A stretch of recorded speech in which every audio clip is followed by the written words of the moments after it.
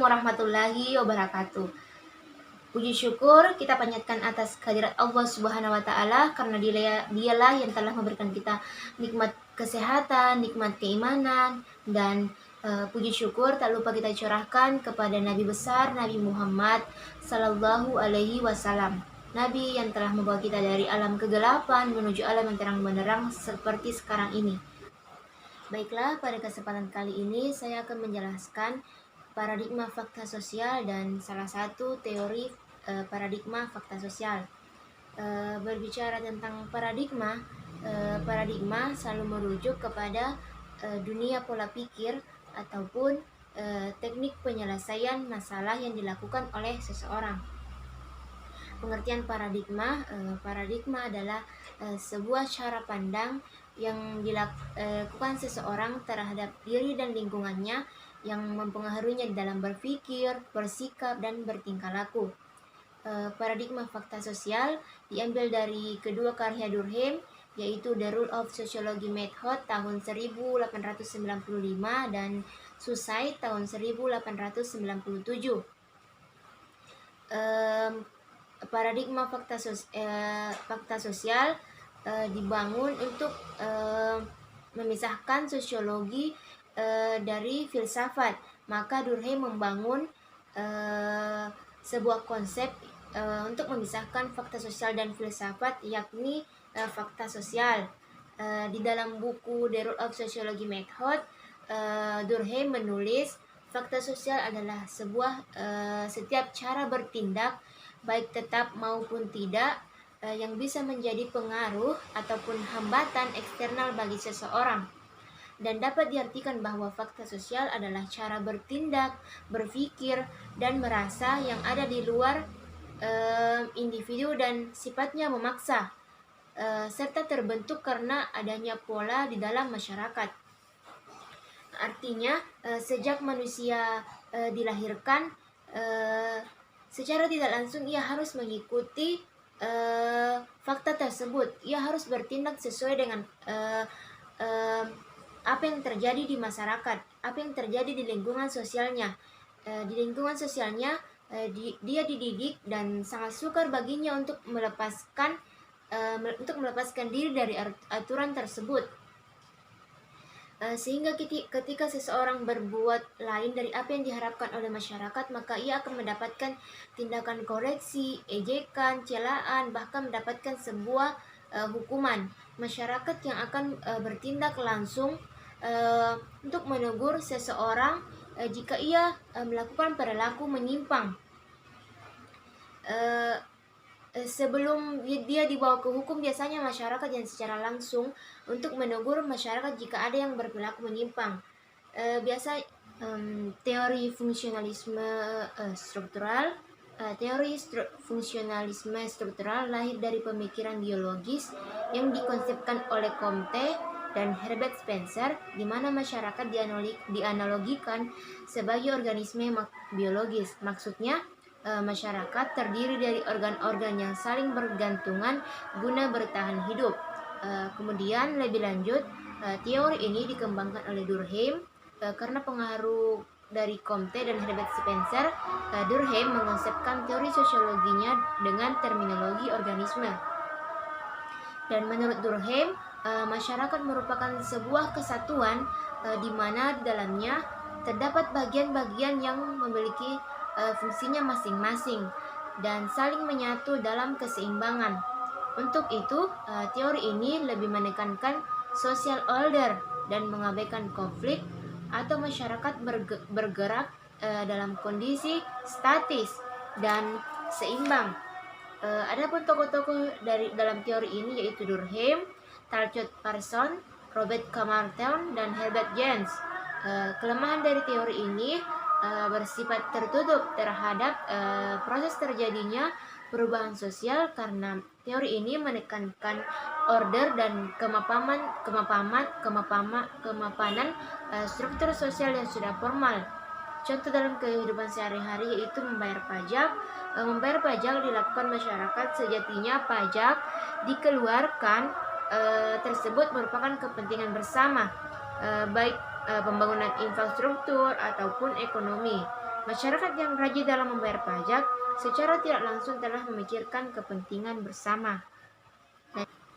Teori konflik merupakan teori yang lahir sebagai kritik atas teori fungsionalisme struktural. Teori ini dikembangkan oleh Marx. Pendukung teori ini antara George Simmel, Lewis A. Kosher, dan Ralph D. Hondreff. Menurut teori ini, masyarakat berada dalam ketidakseimbangan yang selalu ditandai dengan adanya pertentangan ataupun konflik. Konflik akan selalu ada sampai hilangnya masyarakat itu sendiri, baik itu konflik antara individu, antara kelompok, dan antar masyarakat lainnya. Jika teori fungsionalisme struktural memandang itu terjadi karena adanya pemaksaan dari pihak lain, adanya pemaksaan dari pihak yang berkuasa, maka konsep utama dari teori konflik adalah adanya pemaksaan dari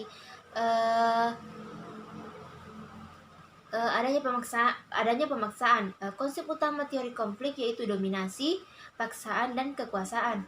Adapun kelemahan dari teori konflik, teori ini menolak keseimbangan dalam masyarakat dan terlalu menekankan perubahan dalam konteks konflik.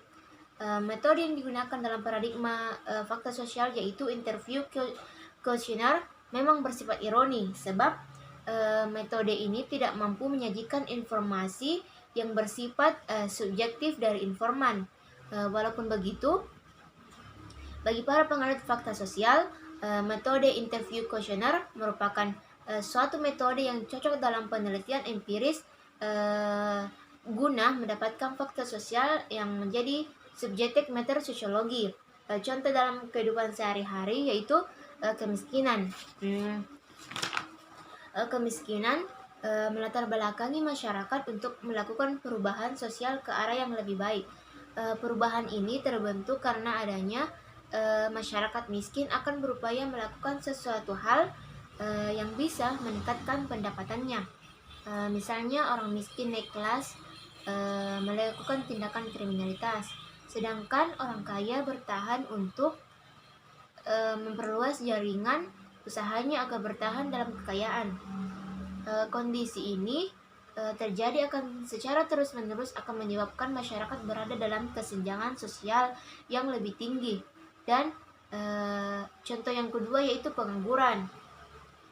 Pengangguran menjadi salah satu faktor penentu dalam konflik sosial.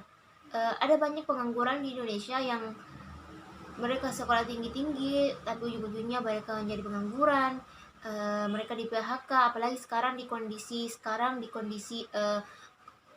pandemi COVID-19, banyak pekerja yang di PHK karena tempat bekerjanya terpaksa harus ditutup karena corona semakin hari semakin meningkat, dan lalu banyak pengangguran di Indonesia. Dan yang contoh yang ketiga yaitu salah satu yang paling dekat dengan kita yaitu memperebutkan cas HP dengan saudara sendiri. Saya selalu merasakan hal tersebut. Memperebutkan cas HP itu menjadi sebuah konflik karena yang sebelumnya itu milik kita, tetapi harus berbagi dengan saudara kita. Jika HP kita sudah lowbat, kita harus berbagi dengannya. Dan yang contoh yang keempat yaitu membandingkan diri dengan orang lain. Contoh ini sangat saya sendiri merasakannya. Saya selalu membandingkan diri dengan orang lain, selalu insecure melihat orang yang wah putih, cantik, tinggi, mancung, cantik sekali, selalu insecure. Dan itulah yang menjadi konflik dalam diri saya, yang selalu membandingkan diri dengan orang lain. Membandingkan diri orang lain apabila dia merasa bahwa orang lain tersebut apalagi prestasi, kita selalu membandingkan diri dengan orang lain, apalagi orang tua kita yang selalu membandingkan kita dengan orang lain, bahwa dia lihat si dia pintar, berprestasi. Itu selalu menjadi konflik dalam diri seseorang yang selalu dibandingkan dengan orang lain. Dan contoh yang kelima adalah kepercayaan. Kepercayaan bisa menjadi sebuah konflik dan bisa menjadi sebuah hal yang positif jika kepercayaan tersebut. Konflik bisa menjadi hal yang negatif bila ada seseorang yang tidak amanah, yang tidak memegang tanggung jawab. Hal tersebut bisa menjadi konflik.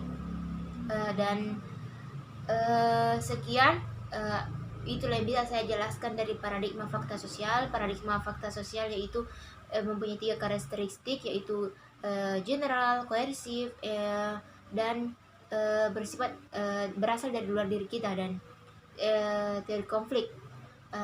Demikianlah, lebih dan kurangnya mohon dimaafkan karena saya hanyalah manusia biasa yang tidak luput dari kesalahan, dan saya ucapkan assalamualaikum warahmatullahi wabarakatuh.